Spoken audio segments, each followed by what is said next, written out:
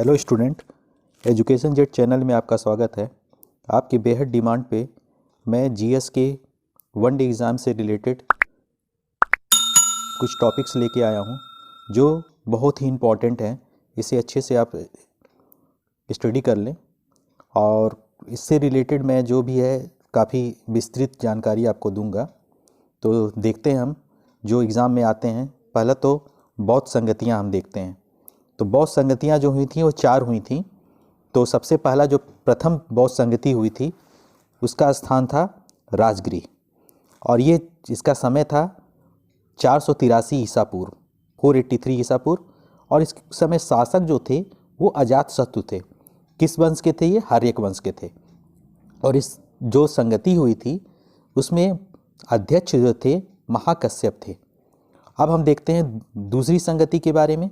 तो दूसरी जो होती संगति हुई थी वो वैशाली में हुई थी और ये हुई थी 383 ईसा पूर्व हुई थी। और उस समय किसका शासन था? कालाशोक।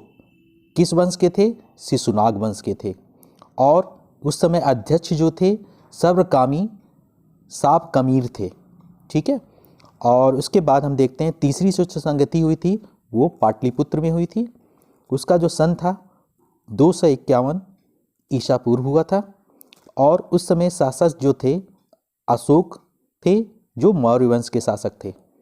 और उस समय जो अध्यक्ष थे मोगलीपुत्र तिस्य थे। ठीक है।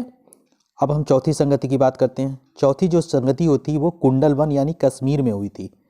और ये जो हुई थी वो लगभग जो था प्रथम शताब्दी के करीब हुई थी, ईसा की प्रथम शताब्दी के। और शासन काल जो था वो किसका था? कनिष्क का था। और किस वंश के ये शासक थे? कुषाण वंश के। और उसमें अध्यक्ष 2 थे, वासुमित्र और जो अश्वघोष थे वो उपाध्यक्ष थे। तो ये सब चीज़ें हमने बौद्ध धर्म के बारे में देखी। अब कुछ बौद्ध धर्म से रिलेटेड इंटरेस्टिंग फैक्ट्स भी हम जान लेते हैं। तो बौद्ध धर्म के बारे में जानने से पहले हम देखते हैं कि बुद्ध जी के बारे में हम पहले समझ लें। तो बुद्ध जी का जन्म जो हुआ था नेपाल के लुम्बिनी वन है उसी में 563 ईसा पूर्व कपिलवस्तु के राजा शुद्धोधन के घर हुआ था। इनकी माता का नाम जो था महामाया था, पत्नी यशोधरा तथा पुत्र राहुल थे। और कपिलवस्तु जो था वो शाक्य गणराज्य की राजधानी हुआ करती थी। इनके कई नाम थे, जैसे इन्हें सिद्धार्थ नाम से भी पुकारते थे और तथागत भी इनका नाम था। बौद्ध धर्म के जो ये संस्थापक थे, इन्हें जो है एशिया का ज्योतिपुंज भी कहा जाता था। ये हम गौतम बुद्ध के बारे में बता रहे हैं आपको। उनका पालन पोषण जो है उनकी सौतीली माँ गौतमी ने किया था। सिद्धार्थ जब कपिलवस्तु की सैर कर रहे थे तो उन्होंने 4 दृश्य देखा था। पहला देखा था कि बूढ़ा व्यक्ति, दूसरा एक बीमार व्यक्ति, तीसरा शव को देखा था, चौथा एक सन्यासी को देखा था इन्होंने। तो इन सब समस्याओं और दुखों से वो बहुत ही ग्रसित हो गए और उन्होंने सिद्धार्थ ने जो है 29 साल की आयु में ही घर छोड़ दिया था। उनके घर छोड़ने को हम जो है महाभिनिष्क्रमण कहा जाता है। इनके घर छोड़ने को हम महाभिनिष्क्रमण कहते हैं। ठीक है। इनके जो प्रथम गुरु थे वो थे आलार कलाम थे। और 35 वर्ष की आयु में जो है वैशाख की पूर्णिमा की रात इन्होंने निरंजना नदी के किनारे पीपल पेड़ के नीचे सिद्धार्थ को जो है ज्ञान की प्राप्ति हो गई थी। इनको ज्ञान की प्राप्ति जो है पीपल के पेड़ के नीचे निरंजना नदी के किनारे हुई। तो ये सब क्वेश्चन जो है इंपॉर्टेंट हैं, पूछे जाते हैं एग्जाम में। इसी समय बौद्ध सिद्धार्थ से इनका नाम बुद्ध हो गया। ठीक है। जब इनको ज्ञान की प्राप्ति हो गई तो इनका नाम सिद्धार्थ से क्या हो गया? बुद्ध हो गया। इन्होंने सबसे पहले जो अपना उपदेश दिया था वो सारनाथ में दिया था, जिसे हम धर्मचक्र प्रवर्तन के नाम से जानते हैं।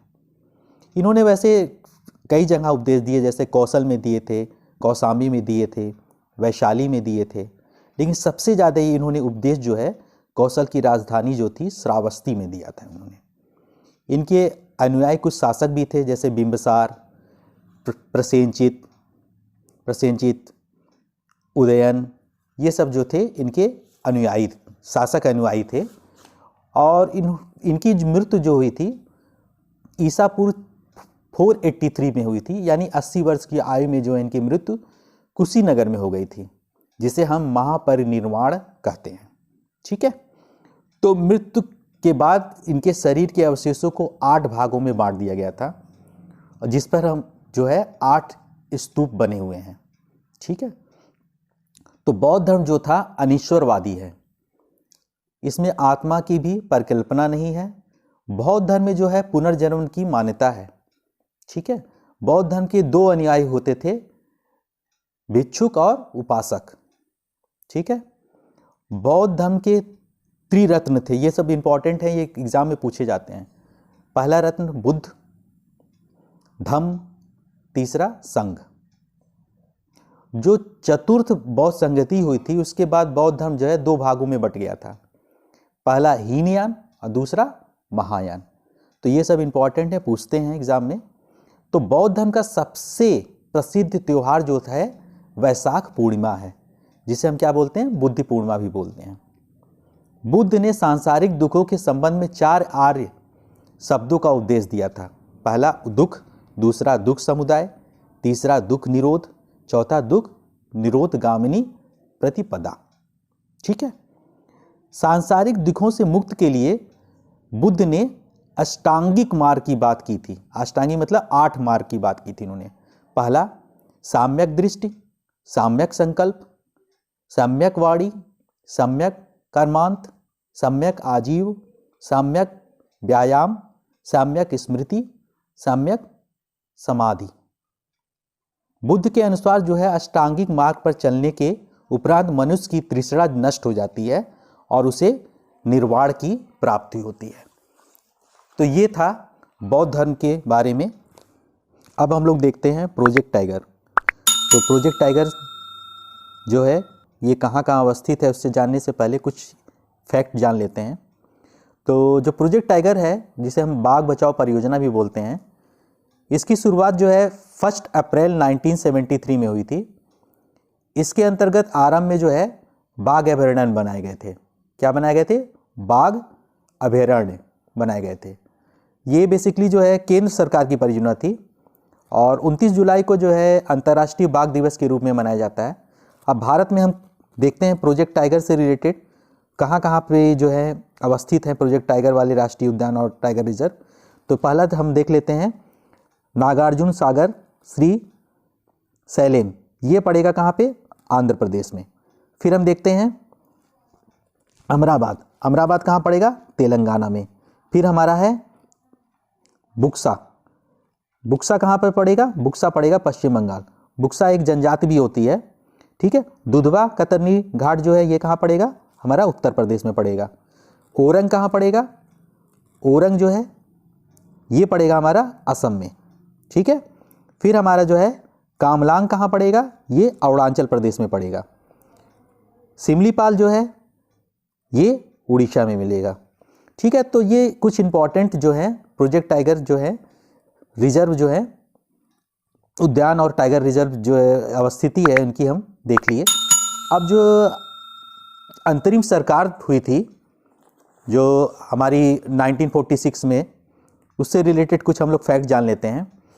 तो वेवल जो थे उन्होंने 1 अगस्त 1946 को कांग्रेस अध्यक्ष पंडित जवाहरलाल नेहरू को अंतरिम सरकार गठन के लिए निमंत्रण दिया था और 24 अगस्त 1946 को जवाहरलाल नेहरू ने इस जो है अंतरिम सरकार के लिए क्या कर दी थी? घोषणा कर दी थी। इसमें मुस्लिम लीग की भागीदारी नहीं थी। अंतरिम सरकार के अध्यक्ष जो थे वायसराय वेवल ही थे और इसके जो उपाध्यक्ष थे पंडित जवाहरलाल नेहरू खुद थे। पंडित जवाहरलाल नेहरू ने 2 सितंबर 1946 को 11 अन्य सदस्यों के साथ अपने पद की शपथ ले ली थी। ठीक है। और ये सरकार जो था 15 अगस्त 1947 तक अस्तित्व में बनी रही, यानी जब हमारा देश आज़ाद हुआ तब तक ये सरकार जो है अस्तित्व में थी। अब हम कुछ देख लेते हैं कौन कौन से विभाग किसको मिले हुए थे।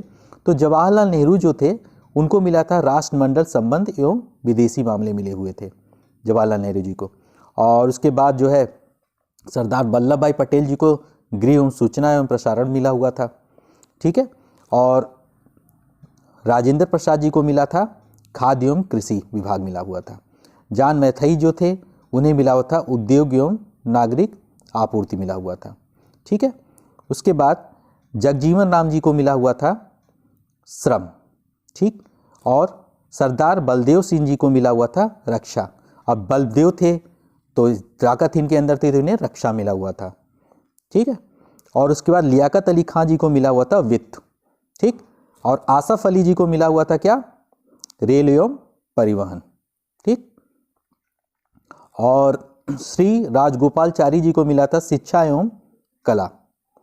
और आई.ए. चंद्रीगर को मिला हुआ था वाणिज्य।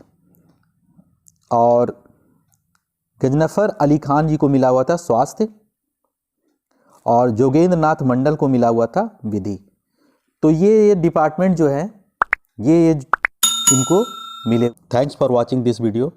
अगर आपको मेरे वीडियोस पसंद आते हैं तो मेरे चैनल को सब्सक्राइब और वीडियोस को लाइक करें, ताकि मैं इसी तरीके से नए नए वीडियोस लेकर आता रहूं और वन डे एग्ज़ाम के लिए आप लोगों की हेल्प करता रहूं।